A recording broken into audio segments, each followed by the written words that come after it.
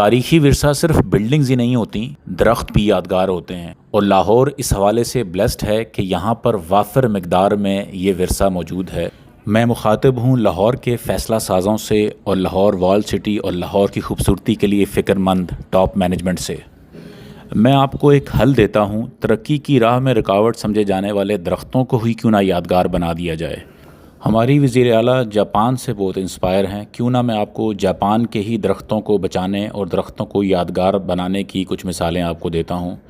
Japan میں کئی ہزاروں سال پرانے درختوں کو مونومنٹ کی شکل دی گئی ہے۔ چین، کوریا، جاپان، تائیوان اور دوسرے ممالک میں ایسے تمام درختوں کو سیو کر کے ان کو مونومنٹ کا درجہ دیا جاتا ہے۔ ہمارے پاس ایک خوبصورت موقع ہے، ان درختوں کو پرزرو کر کے ہم مونومنٹ کا درجہ دے سکتے ہیں، اور یہ بھی درخت لاہور کی یادگاروں کا ایک یادگار بن جائیں گے۔ اس طرح کے سینکڑوں درخت بلکہ ہزاروں درخت ہماری یادگاریں بننے کے لیے منتظر ہیں۔ آئیں مل کر لاہور وال سٹی کی مینجمنٹ کے ساتھ ان کو ڈیزائن کریں، ان کو عظیم و شان یادگاروں میں کنورٹ کریں۔ یہ سول ورک کا کام نہیں ہے، یہ ہائیسٹ لیول کی انٹرونشن کا کام ہے۔ سیو دا ٹریز، درختوں کو یادگار بنائیں، شاید کہ اتر جائے تیرے دل میں میری بات۔